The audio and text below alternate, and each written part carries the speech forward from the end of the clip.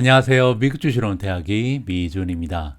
많은 분들께서 이미 알고 계신 것처럼 저는 호텔리어로 일을 하다가 한 6개월 전 정도에 전업 유튜버로 전향을 했습니다. 그래서 이제는 유튜버라는 이름을 달고 나머지 삶을 살아갈 계획에 있는데요. 제가 예전에 한번 그 기사를 통해서 초등학생들 굉장히 좀 유튜버라는 직업에 많은 관심을 가지고 있다 이런 소식을 접한 적이 있습니다. 그래서 최근에 그 통계는 어떤지 다시 한번 살펴봤거든요. 자, 이번 기사 한 달 전에 발표된 기사에 따르면요. 초등학생은 지금 보시는 것처럼 가장 소원하는 직업이 운동선수로 나와 있고, 두 번째가 의사, 세 번째가 교사고요. 네 번째에 지금 크리에이터가 올라와 있습니다. 따라서 아직까지는 굉장히 인기가 좋은 직업 중에 하나다. 뭐 유튜버로서 기분은 좋은 일이죠. 중학생을 보시면 지금 순위가 조금 떨어져서 12위 정도의 크리에이터가 올라와 있습니다. 그리고 고등학생들이 선호하는 직업을 보니까 유튜버, 즉 크리에이터의 모습은 찾아볼 수가 없거든요. 저는 개인적으로 이러한 현상이 굉장히 바람직하다라고 생각을 합니다. 제가 전업 유튜버로서 활동하는 입장에서 말씀을 드리면 유튜버로서 성공하는 데는 두 가지 정도가 필요한 것 같습니다. 세 가지라 그래야겠죠. 세 가지 중에 첫 번째는 운이고요. 시기적절한 시대에 적절한 컨텐츠를 가지고 등장을 한다면 많은 도움이 되겠죠. 그리고 이제 두 개가 중요한데, 첫 번째는요, 프리젠테이션 스킬입니다. 얼마나 자기가 가지고 있는 경험이라든지 노하우라든지 정보를 재미있고 호소력 있는 목소리로 전달할 수 있는가, 이 부분이 굉장히 중요하거든요. 자, 그리고 마지막으로 세 번째가 가장 중요한데, 이 부분은 우리가 컨텐츠라고 부르는 이야기 부분입니다. 크리에이터는요, 사실 프레젠테이션이 뛰어난 사람들이 자기가 가지고 있는 이야기를 재미있게 풀어나감으로써 다른 사람들의 관심을 받는 것이 바로 크리에이터가 만들어내는 컨텐츠라고 보시면 되거든요. 자, 그런 의미에서 초등학생들이 아주 어렸을 때부터 나는 유튜버가 될 거야, 뭐 이러한 희망을 갖고 있다면 적절치 못하다고 저는 생각을 하거든요. 유튜버, 크리에이터로 최고의 자리에 올리기 위해서는 나만이 가지고 있는 컨텐츠가 필요하고요. 그러기 위해서는 나만의 전공 분야가 필요합니다. 내가 가장 잘할 수 있는 분야, 남들보다 월등한 분야가 하나 정도 있어야 거기에 관련된 내용을 가지고 컨텐츠를 만들고 이러한 이야기를 적절하게 프레젠테이션 스킬을 활용을 해서 남들과는 조금 더 차별화 있는 방식으로 전달을 하면서 인기를 얻을 수 있는 게 크리에이터거든요. 따라서 만약에 여러분들 중에 이 방송을 보시는 젊은 분들 계실 거고, 아니면 여러분들의 자녀 중에 크리에이터가 되고자 하는 목표를 가진 사람들이 있다면요, 제가 드릴 수 있는 조언은 일단 발표력을 늘려야겠죠. 프레젠테이션을 잘할 수 있는 능력을 길러놔야 되고, 두 번째는 가급적이면 많은 인생의 스토리를 쌓아가라, 이러한 조언을 드리고 싶습니다. 그리고 이제 제가 미주를 운영하는 입장에서는요, 제가 가지고 있는 스토리가 계속해서 향상이 되고, 그리고 이제 쌓여 나가야 이러한 스토리들을 계속해서 전달해 드리면서 오랜 시간 동안 채널을 운영을 할 수가 있잖아요. 자, 그래서 저 역시도 계속해서 스토리를 쌓아나가기 위해서, 컨텐츠를 보강하기 위해서 많은 노력을 경주하고 있습니다. 뭐 단편적인 예로 여러분들 알고 계신 것처럼 지금 콜롬비아 유니버시티에서 밸류 인베스팅이라는 수업을 강의를 듣고 있잖아요. 이 수업을 통해서 제가 지난 3개월 정도 수강을 하면서 많은 발전이 있었다는 것을 깨닫고 있고요. 제가 너무나 우물한 개구리였구나. 정말 투자를 제대로 하기 위해서는 알고 있어야 되는 것이 정말 무한하게 많다는 것을 이번 온라인 강의를 수강하면서 느꼈습니다. 그래서 제 그 배움의 과정은요, 여기서 그칠 것이 아니라 이 과정이 완전히 끝나게 되면, 밸류 인베스팅을 끝나게 되면요, 다음에 수강할 과목을 찾고 있는데요. 제 생각에는 버클리에서 운영하고 있는 Intelligent Investing for Everyone이라는 이 과목이 굉장히 좀 매력적인 것 같습니다. 이 과목은 앞에서 제가 설명드렸던 지금 제가 수강하고 있는 콜롬비아 유니버시티의 강의에 비해서 굉장히 좀 현대판으로 업그레이드가 됐거든요. 뭐 예를 들어서 테슬라라든지 애플 같은 종목을 가지고 케이스 스타디를 진행하는 것으로 나와 있어서 굉장히 많은 관심을 가지게 됐습니다. 나중에 이제 제가 콜롬비아 유니버시티에서 코스가 마무리가 되면 이쪽으로 넘어가서 버클리 대학에서 운영하고 있는 이 강의도 들으면서 여러분들께 제가 배우고 있는 내용을 하나하나 전달을 드릴 수 있는 이런 기회가 마련됐으면 하는 바람에 있습니다. 그리고 나서는요, 한 가지 제가 더 배우고 싶은 부분이 있는데 바로 차트를 읽는 법입니다.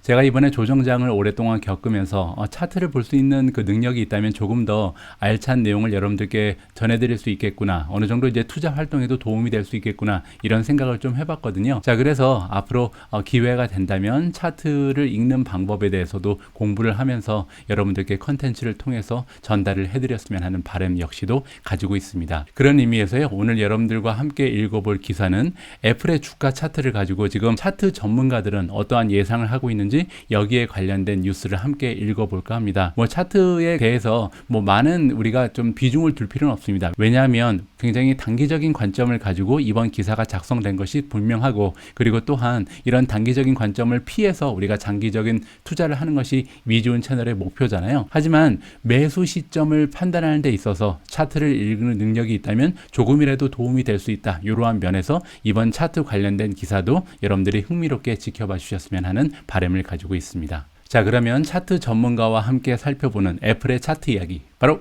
시작합니다. 자, 지금 화면에 나와 있는 CNBC 프로 기사 제목을 보시면요, 마켓 테크니션, 우리가 이제 주가 차트 전문가라고 부르는 사람들이 마켓 테크니션인데, 그 중에 한 분이 무슨 얘기를 하고 있냐면 애플의 주가가 앞으로도 더욱더 떨어질 가능성에 대해서 지금 주장을 하고 있습니다. 과연 이 차트 전문가는 어떠한 근거를 가지고 애플 주가의 추가 하락을 예상하는 건지 직접 이 기사를 통해서 여러분들이 살펴보시면 좋을 것 같습니다. 여러분들이 이제 주가 차트 읽는 법을 배우는 학생의 입장이 돼서요, 읽어보시면 굉장히 설명이 쉽게 돼 있습니다. 세 가지의 차트를 보여주면서 우리한테 가르쳐주고 있거든요. 한번 학생으로 돌아가 봐서, 학창 시절로 돌아가서 직접 한번 공부를 해보시면 좋을 것 같습니다. 자, Shares of Apple, 애플의 주가가 17% 정도 떨어졌다. 언제부터 그러냐면요, 1월 4일 날 최고점을 찍었는데 그 이후에 17%나 미끄러 떨어졌다고 합니다. 자, 그럼에도 불구하고 한 명의 마켓 테크니션, 주가 차트 전문가는요, 뭐라고 믿고 있냐면 앞으로도 더욱더 떨어질 일이 남았다라고 얘기합니다. 좀 우울한 소식이긴 하죠. 자, 차트 전문가의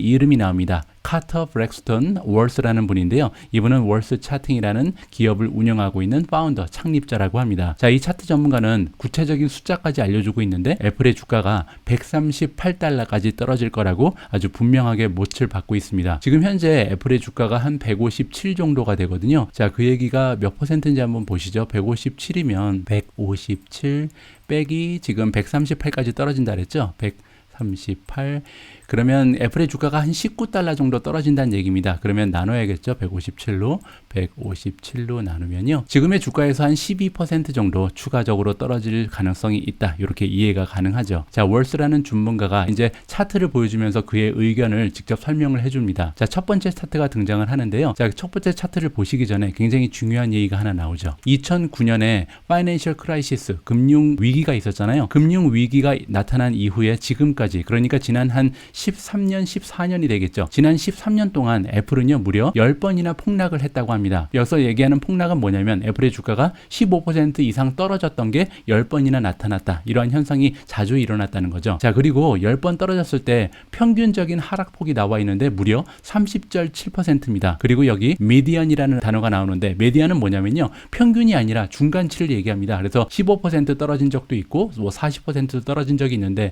중간의 하락치를 보면 한 29.4%다. 따라서 평균치 그리고 중간치가 모두 30% 정도의 귀결이 되잖아요. 자, 이 얘기는 뭐냐면 애플이라고 굉장히 우리가 우량주로 알고 있는 주식도 지난 13년 동안 주가가 30% 정도 떨어진 것이 10번이나 있었다는 겁니다. 거의 1년에 한 번씩 30%씩 떨어지는 게 자연스럽다라고 우리가 이해를 해볼 수가 있겠죠. 자, 어쨌든 여기서 이제 중요한 부분은요, 138달러까지 떨어진다고 예상하는 이유를 차트를 보면서 우리가 공부를 해보도록 하겠습니다. 첫 번째 보시는 차트는 2020년 3월부터 지금까지 한 2년 동안 애플이 꾸준히 우상향하고 있는 모습을 차트 하나로 우리가 한눈에 볼 수가 있잖아요. 자, 그런데 여기서 지금 이 선을 만들기 위해서는 최하점을 연결했다는 것을 여러분들께서 눈치를 채실 수가 있습니다. 가장 전에 있었던 최저점은 2020년 3월이었죠. 코로나 바이러스가 발병을 하고 팬데믹이 선언지면서 가장 많이 이제 주가가 떨어진 지점이 여기 있고요. 그리고 이제 보시면 여기 한 번 더 폭락을 하는 지점이 있는데, 여기가 2021년 9월 달에 셀오프가 나타났을 때 그때 한번 폭락을 했고요. 그리고 가장 최근에 주가가 폭락했던 시점은 언제냐면 2022년 초입니다. 따라서 이렇게 세 번의 폭락을 보여줬고 그 선을 쭉 이어서 보면 여기에 추세선이 나타나게 되는 거죠. 그런데 문제는 뭐냐면요, 지금 2022년 3월에 들어서 이 추세선 밑으로 주가가 떨어졌다는 점입니다. 따라서 추세를 벗어났다는 거죠. 원래는 이 추세선이 지지선 역할을 하면서, 우리가 이제 보통 서포트라 그러죠. 지지선 역할을 하면서 반등을 했어야 되는데 반등을 꾀하지 못하고 이 밑으로 미끄러 떨어졌기 때문에 앞으로도 추가적인 하락을 피할 수가 없다라고 해석을 하는 것 같습니다. 이것이 이제 첫 번째로 애플의 추가 하락을 예상하는 이유가 된다. 이렇게 보시면 될 것 같고요. 자, 다음은 두 번째 차트를 보여드리겠습니다. 이번에는 추세선을 보는 것이 아니고 여기 이제 서포트가 하나 있는데 이 서포트와 비교를 하는 거죠. 자, 보통요, 이 서포트, 지지선이라는 것은요, 과거에 최고점이 서포트가 됩니다. 시간이 지나면 다시 서포트의 역할을 한다는 거죠. 자, 여기 보시는 것처럼 과거 굉장히 주가가 폭등을 하면서 최고점을 한번 찍은 적이 있잖아요. 따라서 이 최고점이 미래에 가서는 서포트 역할, 지지선 역할을 했어야 되는데 지금 보시는 것처럼 2020년, 22년 3월 달에는 이 서포트를 뚫고 밑으로 떨어졌다는 것이 굉장히 좋지 않은 신호라고 이야기를 하고 있습니다. 자, 그리고 세 번째 차트로 넘어가도록 하겠습니다. 세 번째 차트에서 이제 138달러가 구체적으로 설명이 되고 있거든요. 자, 이제는 좀 차트를 길게 늘려서요. 2019년 6월부터 2022년 3월까지 장기간에 걸친 추세를 한번 살펴볼 텐데, 자, 여기서 우리가 눈에 띄는 부분이 한 군데가 있죠. 자, 2020년 3월 달에 주가가 폭락한 이후에 굉장히 엄청나게 장기적으로 주가가 치솟은 적이 있습니다. 따라서 굉장히 좀 상승장이 오래 지속되고 최고점을 빨리 찍은 적이 있죠. 138달러까지 이때 올라갔었거든요. 자, 이때 어느 정도로 많이 올라간 거냐면 150일 이동평균선과 비교했을 때 65%나 주가가 위에 위치했다. 따라서 굉장히 강력한 상승 추세를 여기 보여줬기 때문에 미래가 되면 이 선이요,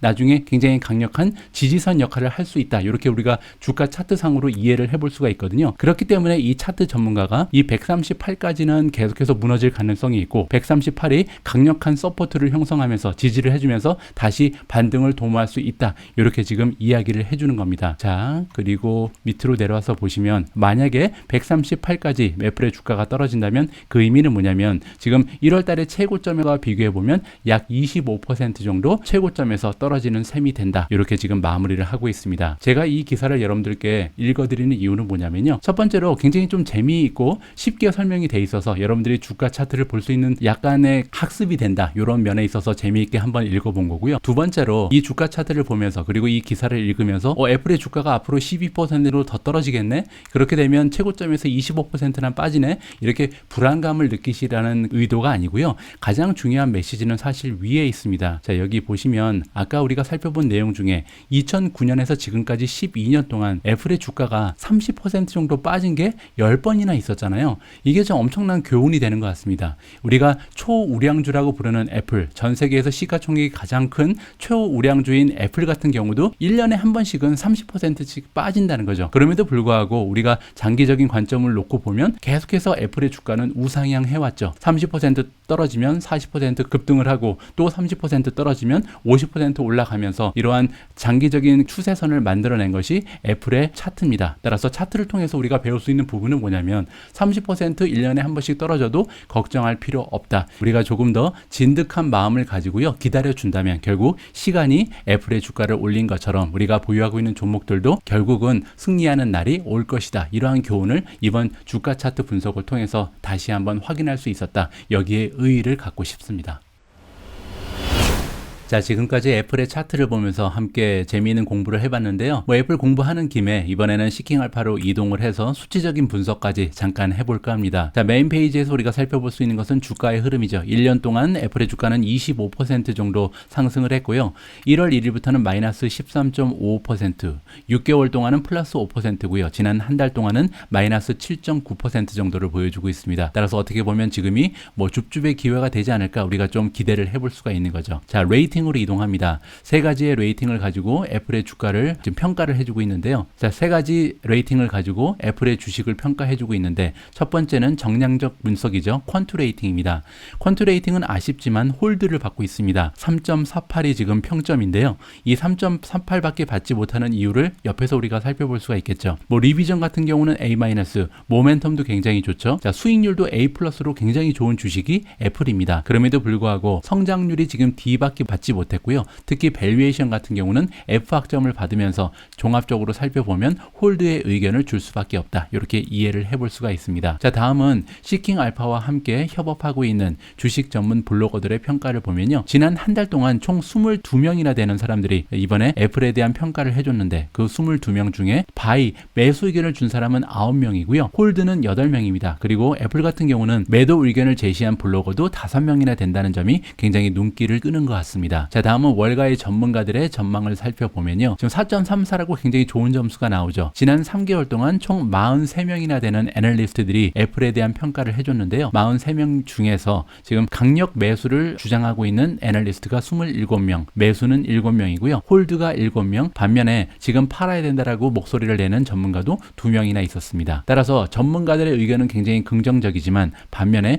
퀀트레이팅 그리고 준 전문가들, 주식 전문 블로거들의 목소리를 들어보니까 약간 부정적인 목소리가 많이 섞여 있다는 것을 이번에 우리가 확인을 해볼 수가 있었습니다. 자, 다음은 어닝의 추세를 보겠습니다. 지금 어닝의 예상치가 올라가고 있는지 아니면 가라앉고 있는지가 굉장히 중요하잖아요. 자, 보시는 것처럼 지난 3개월 동안 총 41명의 전문가들이 예상치를 변경해 줬는데 그 중에서 97.5% 즉 41명 중에 40명이요. 지금 리비전을 상승 조정했습니다. 따라서 애플의 어닝이 계속해서 우상향하고 있다는 것을 여기서 우리가 확인을 해볼 수가 있는 거고요. 자, 디비던드 한번 볼까요? 배당을 주는 기업이잖아요. 현재 배당률은 0.57%에 불과합니다. 조금 아쉽죠? 하지만 페이아웃 레이시오가 14.32%다. 따라서 전체 순이익 중에서 14%만 지금 배당을 위해 사용하고 있기 때문에 미래에 상승할 가능성이 열려 있다는 거죠. 지난 5년 동안 평균 성장률, 배당 성장률입니다. 9.07%로 나쁘지 않은 상황이고요. 지난 9년 동안 비가 오나 바람이 부나 눈이 오나 무조건 배당을 조금씩이라도 성장을 시켜왔다. 이 부분 역시 긍정적인 신호로 우리가 해석을 할 수가 있습니다. 다음은 밸류에이션으로 넘어가서 보시면요. 밸류에이션 아까 굉장히 나쁜 점수를 받았죠. F학점을 받았는데 하나하나 살펴보도록 하겠습니다. 가장 먼저 P 레이시오 TTM을 보도록 할 텐데요. 자, 갭을 보죠. 갭 같은 경우 이제 공식적인 P 레이시오인데 25.78에 머무르고 있습니다. 자, 물론 예전에 이제 30배가 넘어가던 P 레이시오가 25.78로 떨어졌다는 것은 고무적이죠. 그럼에도 불구하고 과거 5년의 평균을 보시면 23.2배였잖아요. 따라서 과거에 비해서 지금 P 레이시오가 조금은 올라간 상태라는 것을 여기서 우리가 확인을 해볼 수가 있고요. 앞으로 12개월에 만들어낼 순이익에 비해서도 25배가 넘어가는 P 레이시오를 가지고 있다. 이렇게 우리가 정리가 가능합니다. 하지만 그 밑에 있는 PEG를 보시면요. 0.41로 떨어지죠. 이 부분은 왜 나타나는 거냐면 성장이 지금 굉장히 좋은 상태라는 것을 여기서 우리가 추측을 해볼 수가 있겠죠. 자, 그런 의미에서 그로스로 넘어갑니다. 성장률을 보시면 레비뉴 그로스 지난 12개월 동안 28.62%가 올라갔는데요. 과거 5년의 평균 성장률은 10%가 되지 않았기 때문에 최근에 굉장히 성장이 가속화되고 있다는 것을 볼 수가 있고 앞으로 12개월 동안도 매출의 성장이 14.93%가 나온다. 굉장히 좀 고무적이죠. 자, 밑으로 내려와서 EBIT 그로스를 보도록 하겠습니다. EBIT이라는 것은 이제 영업이익이죠. 영업이익 역시 과거 5년 동안은 11% 성장, 지금 현재 과거 12개월 동안은 57%, 그리고 앞으로 12개월도 23%라는 건강한 EBIT, 오퍼레이팅 마진의 영업이익의 성장을 우리가 기대해 볼 수가 있을 것 같습니다. 조금 장기적인 성장 예상치를 살펴보도록 하겠습니다. 여기 나와 있는 것처럼 EPS가 향후 3년에서 5년 정도 매년 어느 정도 성장할지를 예상치를 통해서 우리가 살펴볼 수가 있는데요. 11.57%입니다. 따라서 지금 현재 성장률보다 많이 떨어지죠. 그래서 여기 지금 D 플러스가 나와 있다는 것을 우리가 확인을 해볼 수가 있겠죠. 아무래도 장기적인 관점이기 때문에 어느 정도 정확성이 있는지는 우리가 좀 의문부호가 붙여져야 된다. 이렇게 얘기해도 좋을 것 같습니다. 자, 다음은 수익률로 넘어갑니다. 수익률 중에 지금 그로스 마진은 이제 총이익률이죠. 총이익률이 43.02%를 보이고 있는데 과거 5년의 평균은 38%였기 때문에 지금 애플은 과거에 비해서 오히려 수익률이 올라가고 있다는 것을 여기서 우리가 확인을 해볼 수가 있잖아요. EBIT 마진, 영업이익률 역시도 26%가 평균인데 30%가 넘어가는 꾸준한 상승을 보여주고 있고요. 자, 밑으로 내려와서 넷인컴 마진 보시면 22%가 지난 과거 5년의 평균치인데 지금 현재 12개월 동안 26.58%라는 굉장히 좋은 수익률을 보여주고 있습니다. 거기에 덧붙여서 ROE가 굉장히 높은 것을 우리가 예전부터 기억하고 있잖아요. 여기 나와 있네요. Return on Equity, 지금 12개월 동안 만들어낸 순이익을요, 애플이 가지고 있는 순자산으로 나누어 준 건데 145.57%가 나옵니다. 이 얘기는 뭐냐면 자기 자본이 100만 원인데 100만 원 가지고 1년 동안 영업을 해서 145만 원을 만들어냈다는 거거든요. 엄청나게 높은 ROE를 지금 보여주고 있다. 과거 5년의 평균치도 65%, 굉장히 높은 기업이긴 했지만 그럼에도 불구하고 최근 들어서 굉장히 좋은 순이익을 만들어내면서 ROE가 급성장하고 있다. 이렇게 우리가 살펴볼 수가 있을 것 같습니다. 제가 준비한 내용은 여기까지입니다. 오늘은요, 테슬라와 더불어서 가장 많은 한국 분들이 투자를 하고 계신 애플이라는 종목을 가지고 두 가지 분석을 통해서 투자 가치를 살펴봤습니다. 첫 번째는 이제 전문가의 도움을 받아서 차트 분석을 한번 우리가 같이 해봤고요. 두 번째는 시킹 알파의 도움을 받아서 수치적 분석도 해봤습니다. 자, 이렇게 차트 분석, 수치적 분석을 했는데 한 가지가 아직 빠져 있죠. 이 부분은 이제 기업이 가지고 있는 스토리 부분인데요. 아무래도 기업이 가지고 있는 스토리는 간단하지가 않죠. 그리고 계속해서 진화하는 모습을 보이기 때문에 우리가 지속적으로 종목 관련된 뉴스를 읽으면서 한 가지 종목이 과연 그들이 가지고 있는 이야기를 점점 더 풍성하게 만들고 있는지, 아니면 가면 갈수록 이야기가 빈약해지고 별 볼 일이 없어지는지를 우리가 꾸준히 모니터링을 해야 할 것 같습니다. 그렇기 때문에 제가 매일매일 올려드리는 컨텐츠 중에 하나가 오늘의 미국 주식 뉴스로 장식이 되는 거고요. 자, 이런 식으로 기업의 스토리도 분석하고 우리가 수치적 분석을 통해서 투자 가치를 점검해보고 마지막으로 차트까지 읽을 수 있는 그런 투자자가 된다면 우리 투자자들이 두려울 게 거의 없어진다. 우리가 조금은 더 전문적인 그런 관점으로 주식 평가를 하면서 투자에 임할 수 있지 않을까, 이렇게 개인적으로 생각을 하고 있습니다. 뭐 이제 시작이니까요. 앞으로 가면 갈수록 이러한 안목을 갖출 수 있는 투자자로 여러분과 제가 함께 성장할 수 있는 계기가 될 수 있는 컨텐츠를 지속적으로 공유해 드릴 수 있도록 하겠습니다. 자, 지금까지 함께 해주신 모든 분들께 감사의 말씀을 드립니다. 오늘 제가 준비한 내용은 여기까지고요. 내일은 조금 더 풍성한 내용, 여러분들께 도움이 될 수 있는 컨텐츠 가지고 다시 인사드릴 수 있도록 하겠습니다. 우리 모두가 미국 주식 투자로 은퇴하는 그날까지 다 함께 화이팅입니다. 행복한 하루 되세요. 감사합니다.